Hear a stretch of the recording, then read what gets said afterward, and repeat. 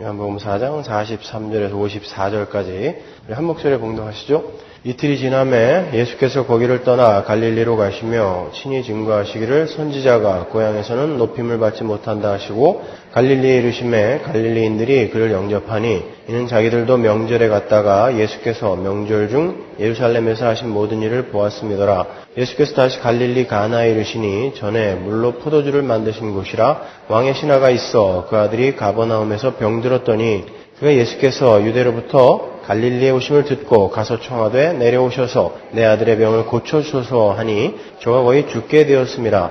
예수께서 가라사대 너희는 표적과 기사를 보지 못하면 도무지 믿지 아니하리라. 신하가 가로되 주여 내 아이가 죽기 전에 내려오셔서. 예수께서 가라사대 가라 내 아들이 살았다 하신대 그 사람이 예수의 하신 말씀을 믿고 가더니 내려가는 길에서 그 종들이 오다가 만나서 아이가 살았다 하거늘 그 낫기 시작한 때를 물은즉 어제 제7시에 열기가 떨어졌나이다 하는지라. 아비가 예수께서 내 아들이 살았다 말씀하신 그때인 줄 알고 자기와 그 온 집이 다 믿으니라. 이것은 예수께서 유대에서 갈릴리로 오신 후 행하신 두 번째 표적이니라. 아멘.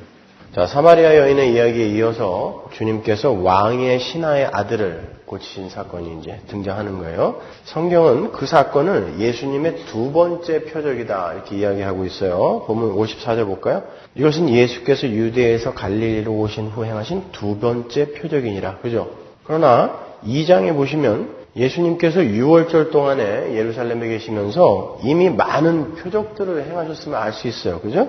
근데 왜 요한은 왕의 신하의 아들을 고치신 사건을 두 번째 표적이라 불렀을까요? 요한복음 20장 30절 보세요. 예수께서 제자들 앞에서 이 책에 기록되지 아니한 다른 표적도 많이 행하셨으나 오직 이것을 기록함은 너희로 예수께서 하나님의 아들 그리스도이심을 믿게 하려 하며 또 너희로 믿고 그 이름을 힘입어 생명을 얻게 하려 함이니라. 자, 요한복음에는 딱 7개의 표적만 나와 있어요. 그죠? 왜 7개의 표적만 기록을 했다고 지금 요한이 이야기합니까? 예수를 믿게 하려고. 그죠? 생명을 얻게 하려고 요한이 7개만 골랐다는 것입니다. 그렇게 하나님의 복음, 예수 그리스도의 십자가와 부활을 내용으로 하는 그 복음을 설명하기 위해 예수님께서 행하신 그 수많은 표적 중에 7개를 골랐는데 그 중에 두 번째 표적이라는 의미예요. 아셨죠? 그래서 두 번째 표적이다 이렇게 이야기하는 거예요. 따라서 오늘 이 본문 속에서도 우리는 복음의 내용인 예수 그리스도와 십자가를 읽어낼 수 있어야 되는 거예요. 왜? 그걸 설명하려고 뽑아낸 표적이니까. 그렇지 않아요? 왕의 신하의 아들을 고치신 사건 속에 어떻게 예수 그리스도의 십자가와 부활이 담겨 있는지 차근차근 한번 살펴보자고요.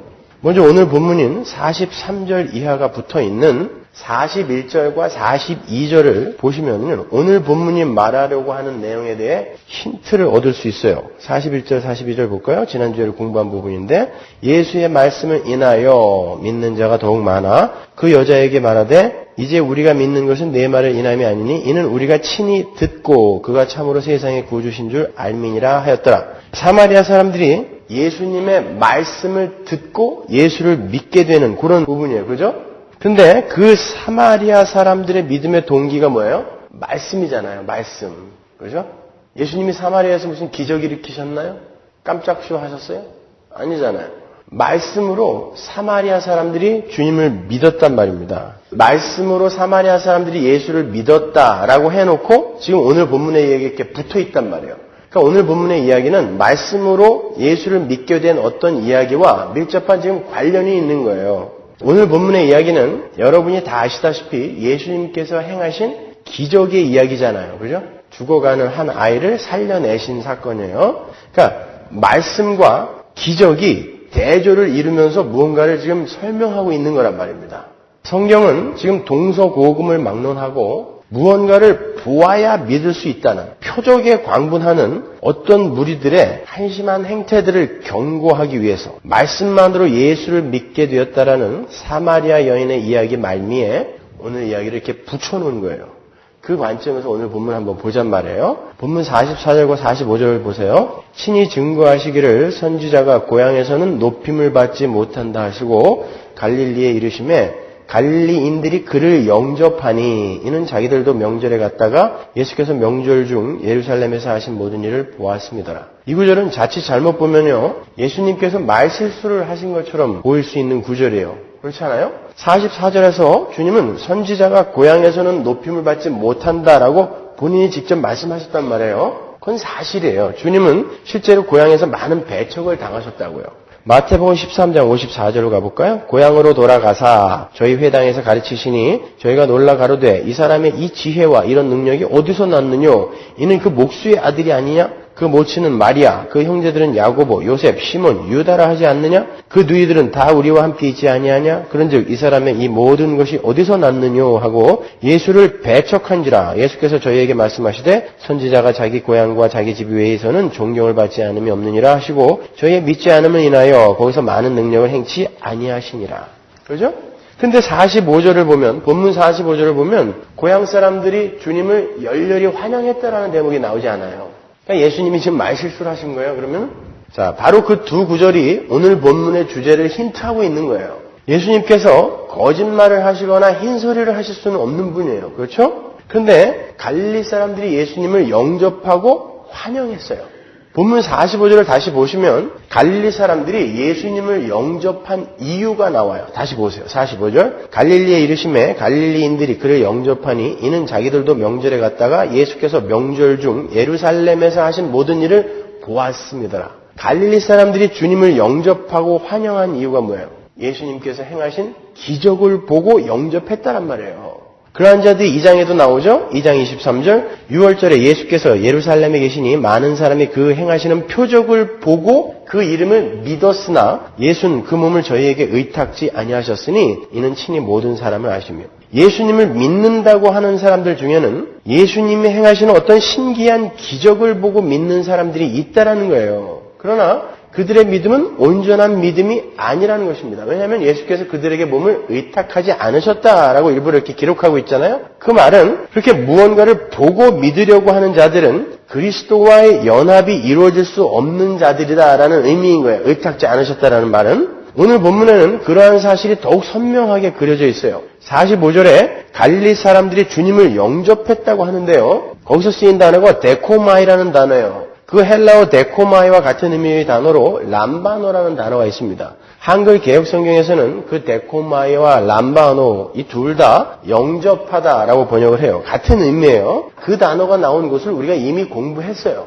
1장 12절. 영접하는 자, 곧 그 이름을 믿는 자들에게는 하나님의 자녀가 되는 권세를 주셨으니 여기서 영접하는 게 나와요. 오늘 본문에도 갈릴리 사람들이 주님을 영접했다라고 나오고 근데 여기에서의 이 영접은 아주 중요한 영접이죠. 구원을 받게 되는 영접이란 말입니다. 그런데 지금 갈릴리 사람들도 주님을 영접했다고 하는데 그 영접은 가짜 영접인 거예요. 같은 단어를 썼는데 이렇게 확연히 다른 의미를 갖고 있는 거예요. 여기 보시면 분명히 영접하는 자 그리고 주의 이름을 믿는 자들에게는 하나님의 자녀가 되는 권세가 이미 주어져 있는 것이다라고 확언을 하고 있어요. 그런데 우리가 보았듯이 예루살렘에는 주님을 믿는다고 하는 자들이 있었고 갈릴리에서는 주님을 영접하는 자들이 있었단 말입니다. 그런데 주님은 그들을 인정하지 않는다 말이에요. 우리는 이런 구절들을 통해서 아주 중요한 메시지를 확인할 수 있어야 되는 거예요. 이 세상에는 믿는다는 사람도 많고 예수를 믿고 예수를 영접했다라고 하는 사람들도 많이 있어요. 그러나 주님은 그들을 모두 성도로 부르지 않으신다라는 것입니다. 자신들은 주님을 믿는다고도 하고 주님을 영접했다고도 하며 주님을 환영하고 금방이라도 자신들의 왕을 삼을 것 같아 보이는 사람들이라 할지라도 예수님께서 행하신 어떤 기적을 보고 자기의 유익을 위해 예수님을 믿고 영접한 자들은 가짜 믿음이요 가짜 영접이라는 거예요. 그래서 주님이 선지자가 고향에서는 환영을 받지 못한다라고 말씀하신 그 직후에 갈릴리에서 표적을 본 사람들이 주님을 환영하며 영접하는 장면이 오늘 본문에 이렇게 붙어 있는 거예요. 그건 가짜 영접이라는 것이죠. 성경은 그들의 영접이 가짜였다는 것을 분명하게 보여줘요.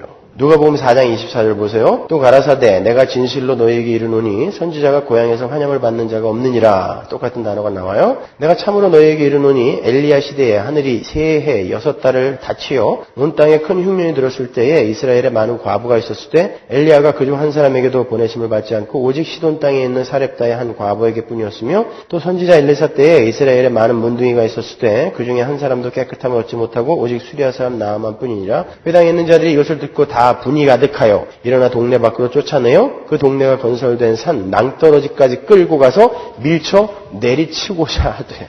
이게 주님께서 고향인 나사렛에서 당하신 일이거든요. 오늘 본문에 보면 분명 예루살렘에서 행하신 많은 표적들로 인해 갈릴리 사람들이 주님을 환영하고 영접했다라고 그렇게 이야기가 나오는데 얼마 후에 그들이 주님이 더 이상 기적을 보여주지 않고 나는 너희들에게 그런 거 보여주고 너희들이 이 땅에서 유익을 위해 온 자가 아니라 너희들에게 어떤 영적 생명을 주러 온 거야.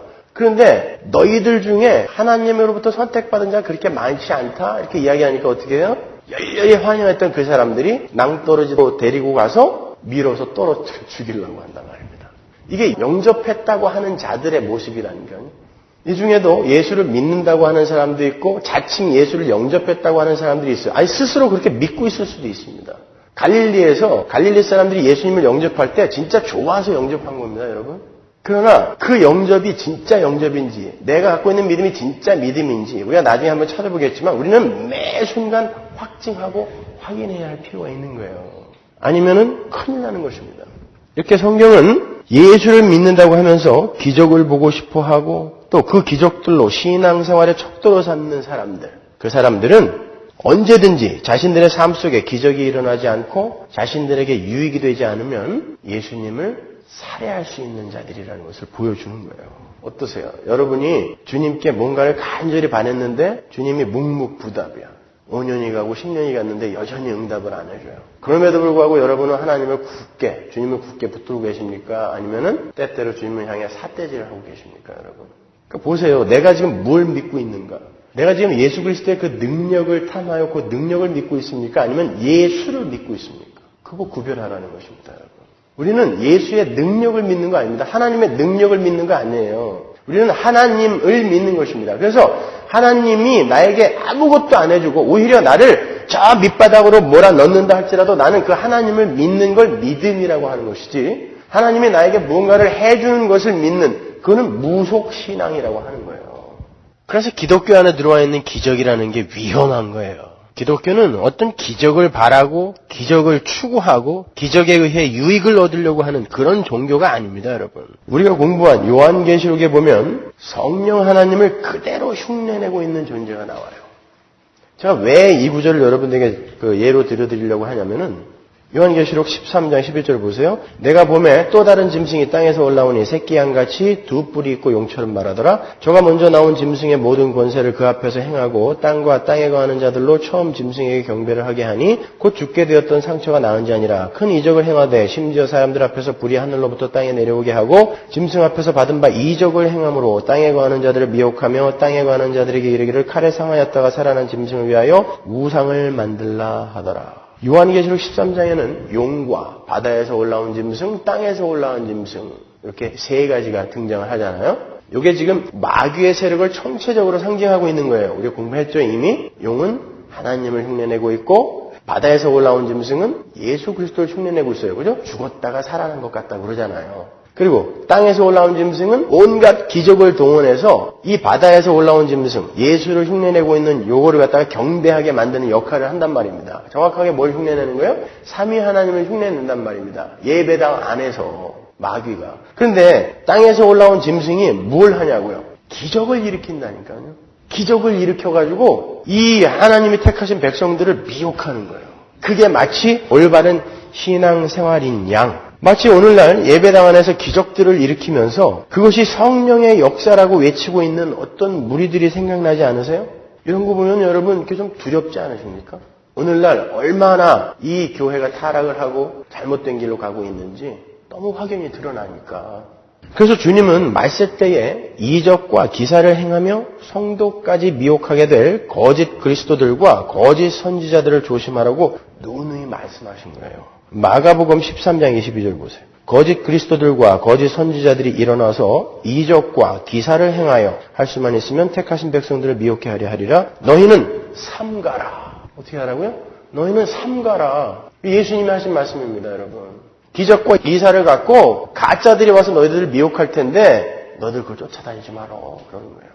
마태복음 7장 22절 그날에 많은 사람이 나더러 이르되 주여 주여 우리가 주의 이름으로 선지자 노릇하며 주의 이름으로 귀신을 쫓아내며 주의 이름으로 많은 권능을 행치 아니하였나이까 하리니 그때 내가 저에게 밝히 말하되 내가 너희를 도무지 알지 못하니 불법을 행하는 자들아 내게서 떠나가라 하리라. 이거 보세요. 예수님에게 불법을 행하는 자들이라고 일컬어지는 이 마귀의 세력들도 기적을 일으키더라는 것입니다. 귀신도 쫓아냈고 그것도 주의 이름으로 그리고 주의 이름으로 많은 권능까지 행했단 말입니다. 안진뱅이가 막 일어났다니까요. 주님이 네가 누구냐? 라고 이렇게 물어보신단 말입니다. 기적은 그래서 무서운 거예요. 사람들은 기적을 보면 그게 모두 다 성령의 역사인 줄 알아요. 천만의 말씀. 마귀의 역사가 더 많습니다, 여러분. 이렇게 예수를 믿는다고 하면서도 표적을 보고 예수를 믿고자 하는 자들, 즉 기적을 쫓아다니고 체험에 의존하는 사람들은 참 신앙인이 아닐 가능성이 농후한 거예요. 아니, 그들은 어쩌면 두 번째 예수를 살해하려고 계획하고 있는 마귀의 세력이 가능성이 더 높죠. 기적을 추구하고 체험을 좋아하며 자신의 경험을 중요시하는 사람들은 그러한 것들이 사라져버리면 못 견뎌요. 불안해서. 아침에 일어나기만 하면 십자가에서 피가 뚝뚝 떨어졌는데 어느 날 갑자기 그게 안 보여. 그러면 불안해집니다, 여러분. 그게 보일 때는 괜찮았는데 아침에 일어나면 늘 하나님은 나에게 음성을 들려줬는데 어느 날 갑자기 안 들려. 불안합니다, 여러분. 그걸 믿음이라고 하지 않는다니까요. 성경은 분명 우리에게 믿음이 없이는 하나님을 기쁘시게 할 수 없고 믿음이 없으면 하나님 나라를 볼 수 없다라고 분명하게 이야기하고 있어요. 히브리서 11장 6절 보세요. 믿음이 없이는 기쁘시게 못하나니 하나님께 나아가는 자는 반드시 그가 계신 것과 또한 그가 자기를 찾는 자들에게 상 주시는 이심을 믿어야 할지니라. 그죠? 믿음. 요한복음 3장 18절 저를 믿는 자는 심판을 받지 아니하는 것이요 믿지 아니하는 자는 하나님의 동생자의 이름을 믿지 아니하므로 벌써 심판을 받은 것이니라. 그러니까 천국 앞에서 하나님께서 쭉 검사를 하시는데 우리에게 뭘 요구하시는 줄 아세요? 믿음을 요구하신다고요. 곧 믿음이 없으면 못 들어가는 거예요. 그럼 믿음은 뭐냔 말이야. 히브리서 11장 1절 믿음은 바라는 것들의 실상이요 보지 못하는 것들의 증거니 선진들이 이로써 증거를 얻었느니라. 믿음으로 모든 세계가 하나님의 말씀으로 지어진 줄을 우리가 아나니 보이는 것은 나타난 것으로 말미암아 된 것이 아니라. 성경이 말하는 믿음이란 보이지 않는 것을 보는 거고 바라는 것들을 실상으로 받아들이는 거예요. 아직 받지 못했지만 실상으로 받아들여 버리는 거예요. 우리의 소원 성취나 문제 해결 같은 것을 이야기하는 게 아니에요. 아직 실현되지 않은 그 하나님의 말씀을 실현된 것으로 실상으로 받아들이는 것이 믿음이에요. 따라서 믿음이란 보이는 것과는 전혀 상관이 없는 거예요. 믿음은 보이지 않는 것을 본 것처럼 선명하게 인정할 수 있는 것을 믿음이라고 한단 말입니다. 반면에 보이는 것을 보고 그것이 이러하다라고 인정을 하는 것을 우리는 감식 혹은 인식 혹은 인지라고 하는 거라. 그건 믿음과 완전히 별개의 것이에요. 열심히 기적을 쫓아다니면서 기적을 보죠. 그리고 그 기적을 보고 신기해하고 놀라면서 신앙생활을 하고 있는 사람들은 뭘 하고 있는 거예요? 인식을 하고 있는 것입니다. 감식을 하고 있는 거예요. 믿음이 아니라니까요, 그거는. 믿음은 뭐예요? 그런 게 하나도 안 보이는데 나는 실상으로 그걸 받아들이는 거를 믿음이라고 한단 말입니다. 하나님 앞에, 천국 가서 하나님 앞에 그걸 내놓아야 된다니까요. 근데 죽는 날까지 기적을 쫓아다니는 사람들은 가서 뭘 내놓을까요? 감식, 인식, 인지를 내놓는단 말입니다. 보고 여기까지 쫓아왔어요. 오기는 왔는데 하나님 앞에 내놓을 게 없어요. 의인은 믿음으로 말미암아 살리라라고 했는데 나는 계속 보고 쫓아왔거든요. 기적이 있는 곳에 가서 하나님은 이런 분이구나. 신비한 것이 일어나는 곳에 가서 이게 신앙이구나. 이렇게 보고 쫓아왔거든요. 그럼 거기에서 어떻게 믿음을 쌓고 믿음을 발휘하냐는 말입니다, 여러분. 그래서 기적이 위험한 거예요. 그러니까 참 성도에게 기적을 자꾸 보여주는 건 누가 하는 일일까요, 여러분? 그걸 자꾸 추구하게 만드는 건 누가 하는 일일까요? 뻔하지 않습니까? 믿음으로 살아야 할 의인들에게 자꾸 인식과 감식으로 그걸 대체시켜버리는 그걸 누가 하는 거냔 말입니다. 잘 생각을 해보셔야죠. 왜 하나님은 이 땅에서 성도들에게 믿음을 요구하실까요? 그냥 다 보여주시고 야 이거야 그렇게 끌고 가셔도 되잖아요. 근데 왜 성도들에게 믿음을 요구하실까요? 보여주지도 않고. 여러분 무엇을 보고 만지고 인식하는 것은 아무나 다 할 수 있는 거예요. 근데 안 보고 그것을 실상으로 받아들일 수 있는 사람들은 외부로부터 어떠한 능력이 부어져야 되는 것입니다. 그거는. 그렇잖아요?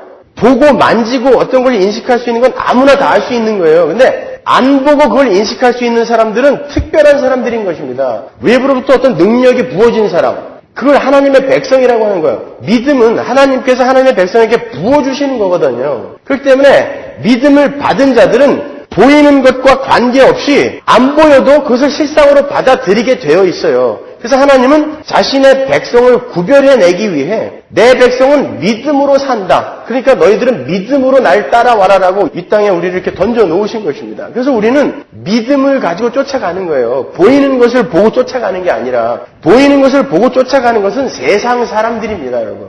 아무나 할 수 있는 거라니까요. 근데 하나님은 하나님의 당신의 백성들을 구별해내기 위해 안 보이는데도 그걸 보이는 것으로 실상으로 받아들이면서 쫓아오게끔 만드는 거예요.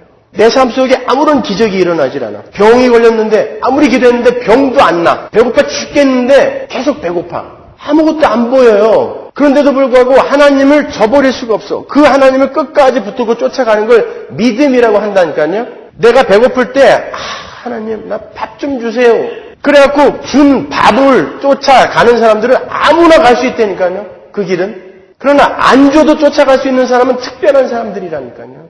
그래서 믿음을 발휘하려면은 여러분이 그러한 상황으로 던져지게 되어 있어요. 그래서 여러분의 삶 속에 질곡이 반드시 있어야 되는 것입니다. 왜? 믿음을 발휘하기 위해. 그런데 전부 우리가 예배당에 앉아서 하는 기도들이 뭐예요? 나한테 보여달라는 거죠, 지금. 빨리 보여주세요. 하나님이 누구인지 보여주세요. 증거를 대주세요. 그런 거 아닙니까? 왜 내 손을 안 들어주는 거야? 왜 기적이 안 일어나는 거야? 왜 나는 5년 동안 혀를 꼬았는데 방언이 안 나오는 거야? 이러고도 있다니까요. 방언은 중들이 더 많이 해요. 힌두교인들이 훨씬 많이 합니다, 여러분. 아무나 하는 거예요, 그거는. 어떤 종교에도 다 있는 것입니다. 그게 여러분의 신앙의 척도가 돼서는 안 되는 거예요. 믿음은 보고 믿는 것이 아니기 때문에 정말 믿음을 받은 사람들은 보이는 것에 관해서 관심이 없어요. 아니, 관심을 가져서는 안 돼요. 그들은 이미 하나님의 선물을 받아서 보이지 않는 하나님과 하나님 나라에 대해서 믿음을 갖고 있기 때문에 보이는 것들에 흥미를 느끼지 않게 되는 거예요. 병을 낫게 해준다든지 예언을 해준다든지 은이빨을 금이빨로 바꿔준다든지 그런 것에 전혀 관심이 없어요. 그게 내 신앙생활하고 아무 관계가 없거든요. 나는 이미 믿음을 받아서 그 믿음에 의해 믿음만으로 하나님이 감사하고 기뻐 죽겠어요. 근데 은이빨이 금이빨로 바뀌는 게 왜 기뻐요? 그게 내 신앙생활에 무슨 상관이 있습니까? 똑똑하다고 하는 사람들이 그런데 곤방곤방 이렇게 넘어가요. 지식인들이 기적 앞에서 맥을 못 춥니다. 신앙생활은 표적을 보고 쫓아다니는 게 아니에요. 그렇게 믿음을 소유한 자들은 예배당에서 내 감정을 복받치도록 환경을, 분위기를 조성 안 해줘도 괜찮아요.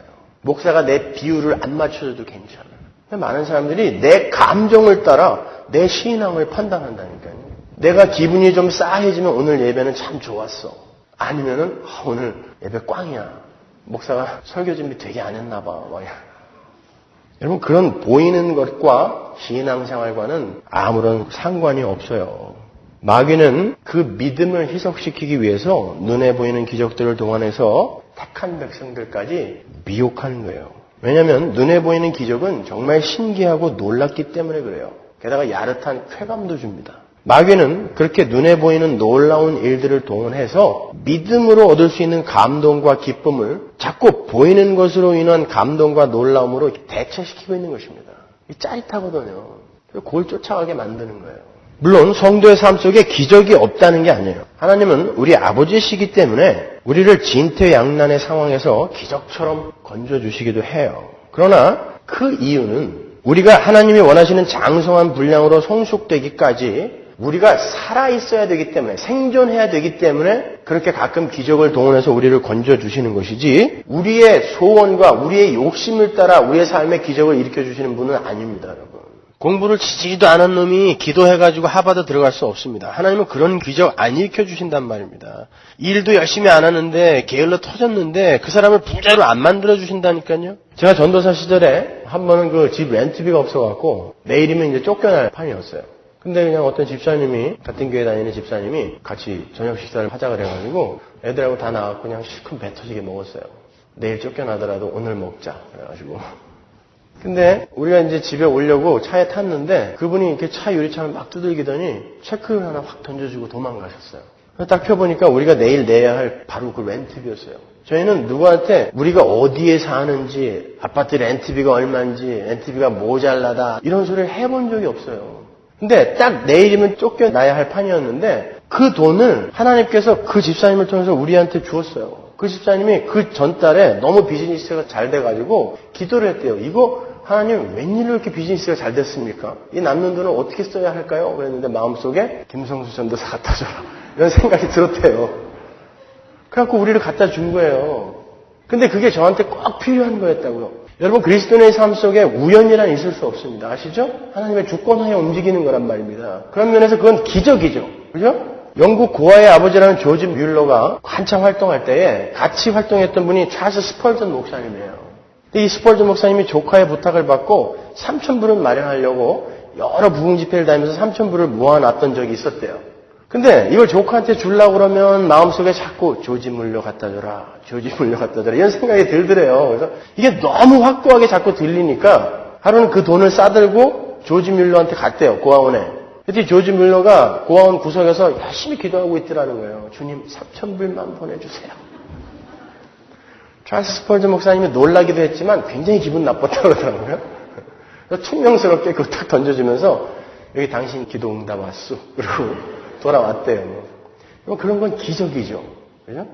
하나님께서 우리의 아버지시기 때문에 우리가 이 땅에서 생존하고 또 하나님의 자녀로 성숙될 때까지 우리를 유지하기 위해서 우리의 삶에 기적을 분명히 일으켜 주십니다. 그러나 우리의 욕심을 따라 우리가 원하는 것을 위해 하나님께서 우리의 삶에 그렇게 뻥뻥 기적을 일으켜 주시지 않아요. 왜? 그건 오히려 우리에게 해가 되거든요. 진짜 성도의 삶 속에 일어나는 기적, 하나님이 주시는 기적은 뭔지 아세요? 병이 걸렸는데 아무리 기도를 해도 병이 안 나. 근데 그 속에서 이 사람이 하나님을 계속해서 기뻐하며 찬양하는 거예요. 그걸 기적이라고 합니다. 하나님이 우리에게 주시는 기적. 아무도 할 수 없는 건데 그 사람만 할 수 있는 거예요. 너무너무 가난해. 배고파 죽겠는데 하나님께 기도했는데 이게 안 들어졌어요. 근데도 불구하고 하나님이 믿지를 않아요. 그래도 하나님께 대한 감사가 터져나오고 찬양이 터져나와요. 그걸 기적이라고 하는 것입니다. 그러니까 세상 사람들이 원하는 그 기적이 안 이루어져서 내가 그 속에서도 하나님께 감사를 드리는 그리고 하나님을 찬양하는 그걸 갖다가 기적이라고 하는 거예요. 그러니까 우리 그리스도인의 삶 속에 일어나는 기적은 우리의 소원이 안 들어지는 게 기적입니다. 거기에서 기적을 맛볼 수 있다니까요. 그럼에도 불구하고 우리는 엉뚱한 기적을 쫓아다니는 거예요. 자, 왕의 신하의 아들을 고치는 사건은 바로 그러한 관점으로 살펴보아야 하는 사건인 거예요. 그렇게 표적만을 보고 예수님을 환영하고 영접했던 갈릴리 사람들이 끝내는 예수님을 살해해버린 것과는 다르게 어떤 사람이 그러한 표적들과는 관계없이 오직 예수 그리스도의 말씀만으로 예수를 믿게 되는 사건이 바로 왕의 신하의 아들을 고치는 사건이 담고 있는 내용인 거예요. 본문 46절 보세요. 예수께서 다시 갈릴리 가나에 이르시니 전에 물로 포도주를 만드신 곳이라 왕의 신하가 있어 그 아들이 가버나움에서 병들었더니 예수님께서 갈릴리 가나에 이르셨을 때 가나에서 34km, 한 25마일 정도 떨어진 가버나움에서 헤롯 왕의 신하가 예수님을 찾아왔어요. 그런데 성경이 그 왕의 신하가 찾아온 가나를 전에 물로 포도주를 만드신 곳이라고 친절하게 설명하고 있죠. 그 말은 주님께서 가나에서 포도주를 만드신 사건과 이 왕의 신하의 아들을 고치시는 사건이 밀접한 관련이 있다는 것을 암시하는 거예요. 우리가 이미 공부했다시피 주님께서 혼인잔치집에서 물로 포도주를 만드신 사건은 진정한 혼인잔치의 즐거움, 그 어린 양의 혼인잔치의 즐거움은 이 세상의 어떤 곳으로도 회복될 수 없는 것이며 예수 그리스도의 보혈로만 잔치의 즐거움은 회복되어질 수 있다라는 것을 보여준 사건이었어요. 그죠? 다른 말로 예수 그리스도의 죽으심과 부활로만 어린 양의 혼인잔치는 비로소 완성이 될 수 있다라는 이야기가 물로 포도주를 만드신 사건이었단 말입니다. 예수 그리스도가 7째 포도주 항아리가 되셔서 그 잔치를 잔치답게 회복시키는 거잖아요. 그래서 포도주 항아리가 6개 있었다고 이야기하지 않았습니까? 마찬가지예요. 죽어가는 왕의 신하의 아들을 고치신 사건 또한 예수 그리스도의 십자가와 부활만이 죽은 자를 살리는 유일한 길임을 설명하는 사건인 거예요. 그래서 왕의 신하의 아들이 병들었다라고 표현을 하지 않고 죽어간다라고 표현을 하는 것이고, 그의 아들의 병이 나았다라고 표현하지 않고 그가 살았다라고 표현하는 것입니다. 죽었다, 살았다라는 단어를 써서 이 사건은 죄와 허물로 죽었던 죄인들이 새 사람으로 살아나게 되는 사건을 상징하는 것이라는 것을 보여주는 거예요. 주님께서 내 아들이 살았다라고 말씀하신 그 이야기는 내가 그 아들의 죽음이 되어서 죽고 네 아들이 다시 살아나게 될 것이다라는 십자가를 이야기하는 것입니다. 두 이야기가 어떻게 흡사한지 한번 보세요. 요한복음 2장 1절. 사흘 되던 날에 갈릴리 가나에 혼인이 있어 예수의 어머니도 거기 계시고, 요한은 가나의 혼인잔치를 설명하면서 굳이 별로 필요할 것 같지도 않은 사흘이라는 단어를 동원하죠. 그죠? 왕의 신하의 아들을 고치시는 사건에도 똑같이 사흘이 등장합니다. 요한복음 4장 43절 보세요. 이틀이 지나매. 자, 이틀이 지나면 언제요? 이틀이 지나면 사흘이죠. 네. 사흘째 되는 날 주님께서 갈릴리 가나로 들어가셨다는 거예요. 제가 전에 창세기 강해 때 이 사흘의 의미에 대해서 자세하게 설명해 드렸죠. 하나님의 구속 사역은 의미적으로 볼 때 인간의 타락으로 말미암아 무질서로 엉망이 되어버린 창세기의 그 셋째 날을 회복하시는 것이기 때문에 성경에 사흘이라는 단어가 구속과 관련하여 등장하는 거라고 제가 설명해 드렸어요. 그래서 예수님도 사흘 만에 부활하시는 거고 요나도 사흘 동안 그 물고기 뱃속에 들어있었던 것입니다. 따라서 우리는 그 사흘이라는 단어 속에서도 가나의 혼인잔치에서 물로 포도주를 만드신 사건이나 왕의 신하의 아들을 고치신 사건은 모두 하나님의 백성들의 구속에 관한 이야기라는 것을 읽어낼 수 있는 거예요. 히브리 사람들은 이러한 단어들만 듣고도 그러한 것들을 금방 캐치해낼 수 있었단 말입니다. 두 이야기의 흡사한 점은 이외에도 아주 많아요. 두 이적 다 주님께서 그 이적을 구한 사람을 책망하는 것으로 시작하죠. 가나의 혼인잔치에서는 어머님 마리아를 책망하고 여기서는 왕의 신하를 책망해요. 그리고 두 사건 모두 다 주님께서 말씀만으로 이적을 이루셨어요. 그죠? 그리고 두 사건 모두 종들이 그 이적의 최초의 목격자예요. 그리고 결정적인 공통점은 두 사건 모두 다 예수님을 믿는 자들이 생기는 것으로 끝이 난다라는 거예요. 그러니까 이 두 사건 모두 어떻게 예수를 믿는 자들이 생겨나게 되는가에 관한 이야기라는 것입니다. 자, 그러면 우리가 전에 공부한 부분을 한번 넘어가 봐야죠. 우리가 1장을 공부할 때 이 표적의 책이 어떻게 시작하는지 보았어요. 어떻게 시작했어요? 이 표적의 책이. 표적들이 어디에 붙어 있었죠? 나다나엘에게 주님이 네가 이제 인자 위로 하늘이 열리고 인자 위로 하나님의 사자들이 오르락 내리락 하는 것을 보게 될 거야 라고 하면서 가나의 혼인잔치가 등장했잖아요. 그러니까 이 7가지 표적은 다 뭐다? 하늘이 열리게 되는 그 사건을 표적으로 이야기해 주는 것입니다. 죄인들에게 닫혔던 하늘이 열리고 하나님의 백성들이 그 하나님과 그 하늘과 합일이 되는 그 사건을 설명하는 게 표적들이란 말입니다. 그러니까 역시 이 왕의 신하의 아들을 고치는 이 사건 속에서도 바로 그 하늘이 열리는, 어떻게 해서 그렇게 하늘이 열리고 죄인들이 하나님과 연합하게 되는가를 보여주는 그러한 사건인 거예요. 죽어가는 아들을 살려달라는 왕의 신하에게 주님은 매몰차게 야단을 치세요. 48절 보세요. 본문 48절. 예수께서 가라사대 너희는 표적과 기사를 보지 못하면 도무지 믿지 아니하리라. 사실 오늘 본문을 여는 키는 이 구절에 들어있어요.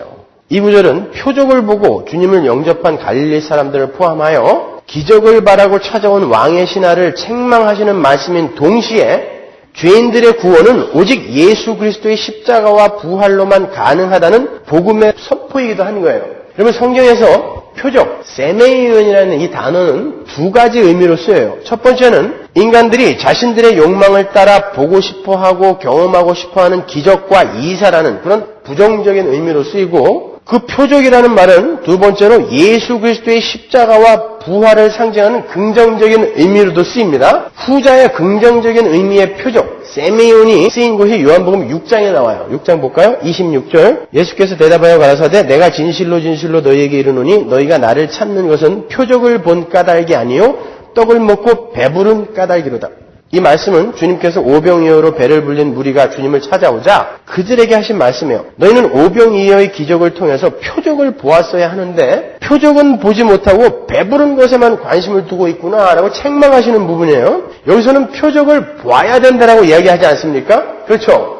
오병이어의 기적은 하늘의 떡이신 예수 그리스도의 십자가의 죽으심과 부활로 하나님의 백성들에게 주어지게 될 하늘의 풍요를 설명하는 표적이었잖아요. 그렇죠? 하늘의 떡, 예수를 설명하는 거예요. 오병이어는 누구처럼 오늘날도 오병이어의 기적이 계속되니까 헌금해봐. 하나님이 튀겨주실 거야. 그런 이야기가 아니란 말입니다. 예수 그리스도에 관한 이야기란 말입니다. 그런데 어리석은 사람들이 그 기적 속에 들어있는 표적을 보지 못하고 단순히 그 기적만을 신기해하면서 열광했던 거예요. 그래서 주님께서 그 무리들에게 제발 표적을 보아라. 그 속에 담긴 십자가의 복음을 보아라 라고 말씀하신 거예요. 그렇게 그 예수 그리스도께서 행하신 모든 표적들은 전부 예수님이 그리스도이시며 주이신 것을 설명해서 하나님의 백성들로 하여금 그 사실을 믿게 하기 위한 것들이에요. 그런 의미에서 표적은 반드시 보아야 된다라고 그렇게 긍정적인 의미로 쓸 수도 있는 것입니다. 마태복음 12장 38절 보세요. 그때 서기관과 바리새인 중 몇 사람이 말하되 선생님이여 우리에게 표적 보여주시기를 원하나이다. 예수께서 대답하여 가라사대 악하고 음란한 세대가 표적을 구하나 선지자 요나의 표적밖에는 보일 표적이 없느니라. 요나가 밤낮 사흘을 큰 물고기 뱃속에 있었던 것 같이 인자도 밤낮 사흘을 땅속에 있으리라. 보세요. 여기도 표적이 두 가지 표적이 나오잖아요. 하나는 구하지 말아야 될 표적, 그리고 하나는 주님이 보여주시겠다고 하는 표적이 있지 않습니까? 그걸 봐야 된단 말입니다. 우리는요. 주님의 모든 표적들은 전부 요나의 표적, 그러니까 예수 그리스도의 죽으심과 부활, 그리고 그로 말미암게 될 영원한 하나님 나라에 관한 것들이라는 거예요. 그러니까 오늘 본문 46절에서 주께서 너희는 표적과 기사를 보지 못하면 도무지 믿지 아니하리라 라고 말씀을 하신 것을 의역을 하면 이런 거예요. 너희는 너희들의 욕심을 따라서 표적과 기사를 구하고 쫓아서는 안 된다. 그러나 너희는 반드시 표적을 보아야 한다. 너희는 그 표적과 기사 속에서 표적과 기사가 가리키는 예수 그리스도의 십자가와 부활을 보지 못하면 절대 나를 좇을 수도 없고 믿을 수도 없다인 거예요. 그게 너희는 표적과 기사를 보지 못하면 도무지 믿지 못한다의 의미인 것입니다. 아셨죠? 그렇게 두 가지 의미를 담고 있는 거예요. 주님이 이 땅에 계실 때만 해도 주님이 누구이신지, 그리고 주님께서 하실 일이 무엇이며 그 일은 어떻게 이루어질 것인지를 알려줄 길이 없었어요. 그래서 주님은 표적을 일으켜서 내가 바로 하나님이야, 내가 바로 하나님이 말씀하신 그 메시아야 라는 것을 설명하신 거예요. 지금은 성경이 완성되었어요. 그리고 예수가 누구인지, 예수님이 이 땅에서 일으키신 기적들이 뭘 의미하는 것인지, 그리고 그분이 하신 일이 뭔지를 정확하게 기록해 놨단 말입니다. 그러니까 이제 표적으로 그렇게 미개한 방법으로 우리에게 설명해 줄 필요가 없어졌잖아요. 그런데 오늘날에 왜 표적과 기적을 왜 쫓아다니냔 말입니다. 그게 왜 필요하냐고요, 오늘날 우리의 신앙에.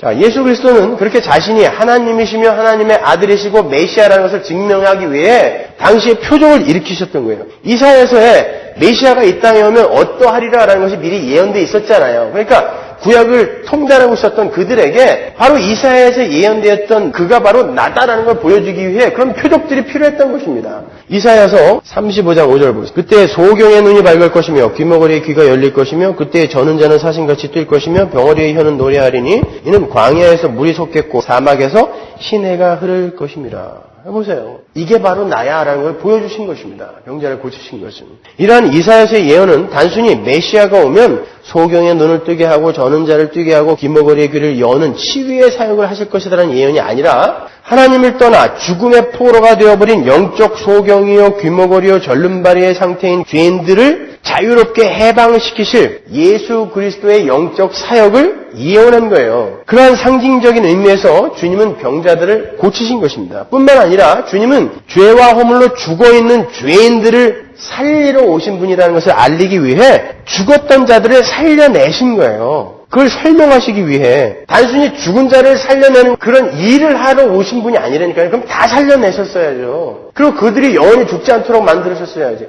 죽었다가 살아난 사람들은 다시 도로 다 죽었어요. 그럼 뭐예요 그러면? 긴 시간 속에서 그 사건들은 아무 의미가 없는 거예요. 죽었다가 잠깐 살아났다가 또 죽었어요. 그게 무슨 의미가 있어요? 주님이 그런 일, 고작 그런 일 하러 이 땅에 오셨겠냐 말입니다. 죽었다가 살아난 사람들은 또 얼마나 열받았겠어요. 이 세상 풍파 다 겪고 천국에 딱 올라가 있는데 하나님이 잠깐 다시 내려갔다 올래? 열받죠. 여러분 생각해보세요. 여러분이 그렇게 오매불만 기다리는 천국에 지금 올라갔는데 아래에서 서문화교회 성도들이 제발 살려주세요 그래갖고 하나님이 야 안 되겠다. 너희 교우들이 저렇게 열심히 기도하는데 가서 한 30년만 더 살고 올래? 그럼 전 거기서 못 매달 거예요, 그냥. 바로. 안 내려와, 여기. 그게 뭐가 기적이에요. 예? 제가 혹시 일찍 가더라도 절대 기도하지 마세요. 내려와서 아주 미워할 테니까. 그런 의미에서 주님은 병자들을 고치고 죽은 자를 살린 거예요. 그리고 주님은 하나님이시기에 자연에게조차도 명령을 내리시는 그런 분이라는 것을 보여주기 위해서 바다를 잠잠케 하신 것이고 자연의 법칙을 거슬러서 바다 위를 걷기도 하신 것입니다.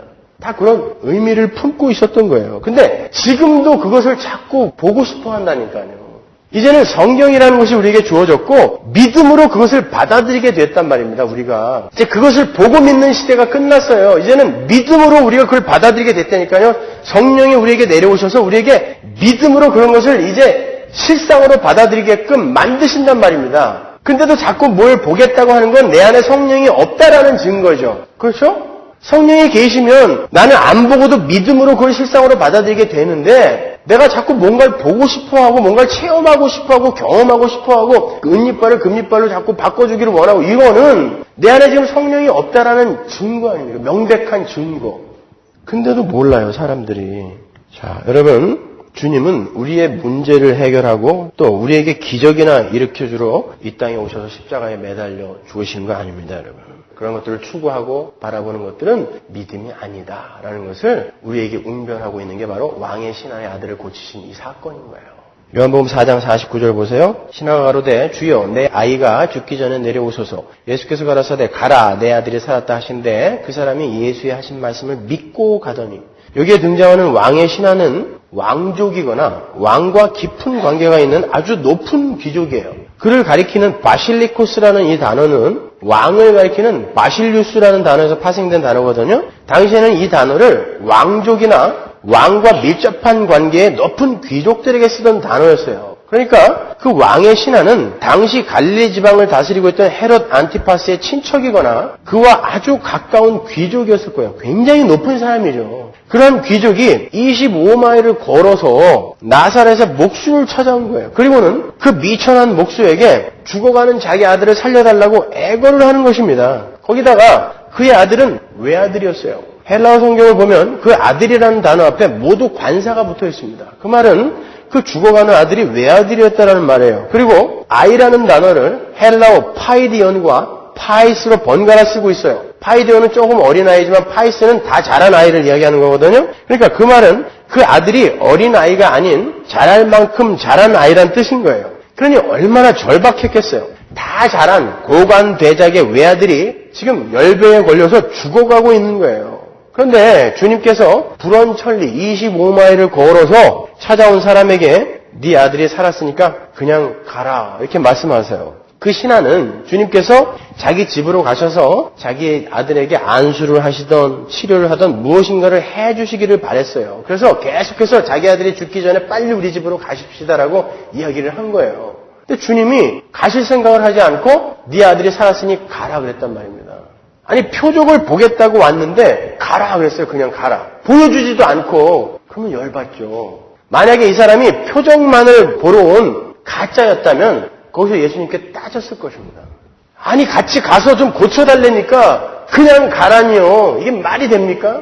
따졌을 거라고요. 그런데 이 왕의 신하는 그냥 말씀만 듣고 가요. 50절에 쓰인 살았다. 그 제라는 헬라어 동사는 현재 능동태 직설법이에요. 그 말은 네가 돌아갈 때쯤이 되면 그 아이는 이미 회복되어서 살아있는 상태가 될 것이다 라는 말이에요. 계속해서 살아있는 상태가 될 것이다. 그러니까 이미 그 전에 고쳐진 상태일 것이다 라고 이야기하는 거예요. 그러니까 믿기 어려운 말이죠. 자기가 금방 지금 죽어가는 아이를 보고 왔는데 지금 주님이 가라 네 집에 도착할 때쯤 되면은 그 아이가 벌써 이미 오래전에 살아가지고 회복된 상태가 되어 있을 거야 라고 이야기를 하는 거예요. 이건 믿지 못할 이야기인 것입니다. 근데도 그 신하는 그래도 여기까지 왔으니까 표적을 좀 보여주세요 이렇게 조르지 않고 그냥 가요. 자, 50절을 보면 확실히 나타납니다. 여러 주석가들이 왕의 신하가 표적을 보여주지 않은 주님을 믿지 않고 자포자기해서 그 자리를 떠난 것이다 라고 이렇게 주석을 해요. 저도 51절과 52절의 이야기로 미루어서 그 사람이 믿지 않고 떠났을 것이라고 생각했어요. 오랫동안. 그런데 이번에 전체 문맥 속에서 차근차근 해석을 해보니까 그 왕의 신하는 주님의 말씀을 믿고 내려간 게 맞아요. 지금 이 왕의 신하의 이야기와 갈릴리 사람들의 이야기는 표적을 보고 믿으려 하는 자들에 대한 경고와 아울러 오직 말씀에 의해서만 주어지게 되는 믿음의 대조라는 것을 잊으시면 안 돼요. 갈릴리 사람들은 끝까지 표적만을 쫓다가 망하게 되지만 표적을 보지 못하고도 말씀만을 믿고 돌아간 자에게 그 말씀이 실제로 표적이 되어 실현이 되고 온 가족이 믿음의 자리로 부르심을 잊게 되는 사건, 복음의 이야기란 말입니다. 제가 왜 이렇게 확언을 하는지 조금 더 자세하게 설명해 드릴게요. 본문 51절 보세요. 내려가는 길에서 그 종들이 오다가 만나서 아이가 살았다 하거늘 그 낳기 시작한 때를 물은즉 어제 제7시에 열기가 떨어졌나이다 하는지라. 가나에서 가버나움까지는 25마일이라고 했어요. 당시에 도로 사정을 감안할 때 25마일의 거리는 꽤 먼 거리였을 거예요. 그죠? 제가 가끔 러닝모션으로 한 30분씩 뛰는데 땀 뻘뻘 흘리면서 30분 뛰면 2마일 가거든요. 그러니까 25마일이면 그것도 왕의 신하가 25마일을 가려면 적어도 8시간, 9시간은 걸렸을 거라고요. 가다가 밥도 먹어야죠. 좀 쉬기도 해야죠. 그렇죠? 주석서들을 보면은 이 25마일이 성인이 도보로 4시간이면 갈 거리라고 하는데 그건 600만 불의 사나이나 그렇게 갈 수 있지 절대 못 가요. 25마일을 4시간에 어떻게 가요?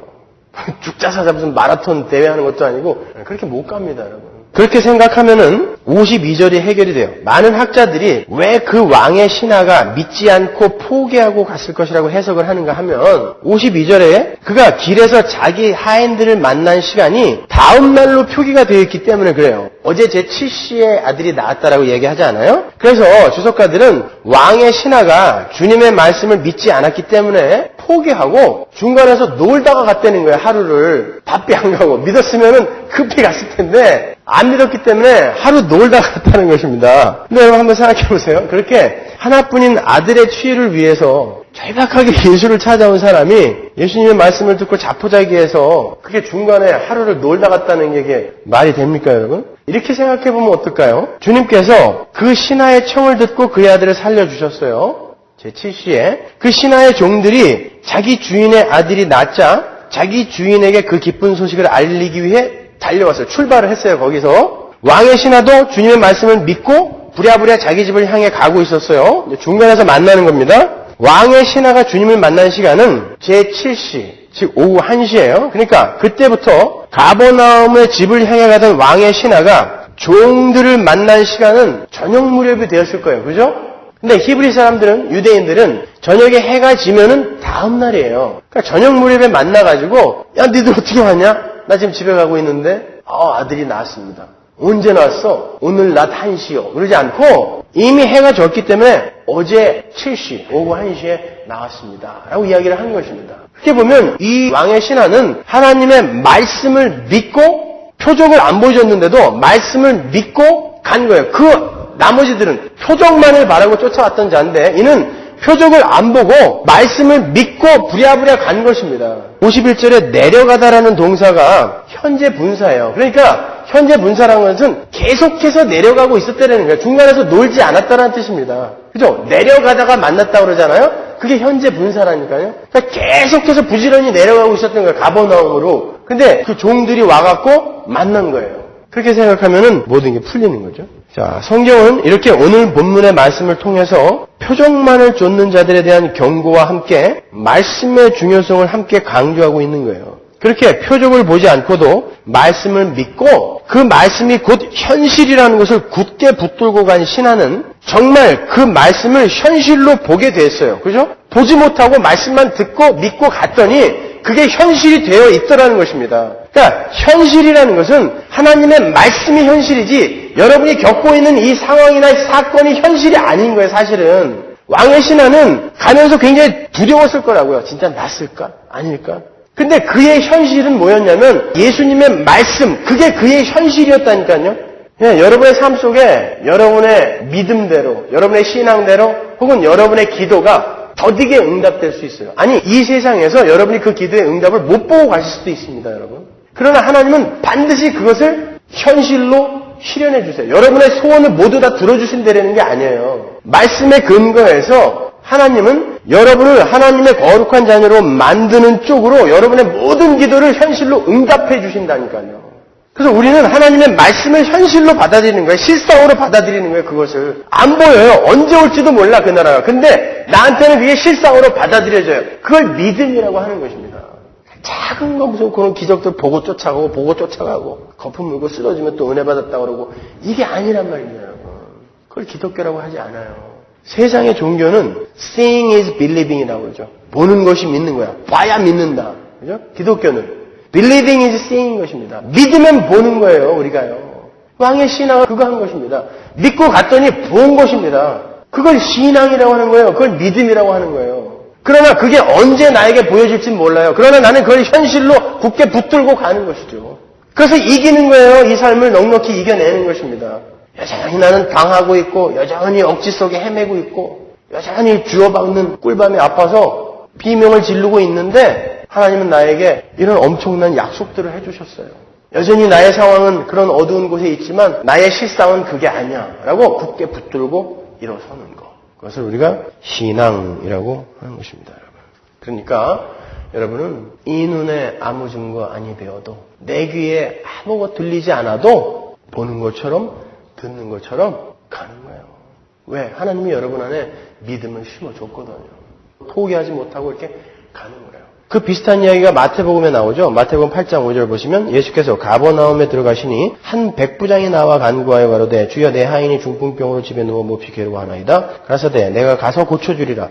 백부장이 대답하여 가로되 주여 내 집에 들어오시면 나는 감당치 못하겠사오니 다만 말씀으로만 하옵소서. 그러면 내 하인이 낫겠삼나이다. 나도 남의 수하에 있는 사람이요 내 아래에도 군사가 있으니 이더러 가라 하면 가고 저더러 오라 하면 오고 내 정도로 이것을 하라 하면 하나이다. 예수께서 들으시고 기이히 여겨 좇는 자들에게 이르시되 내가 진실로 너희에게 이르노니 이스라엘 중 아무에게서도 이만한 믿음을 만나보지 못하였노라.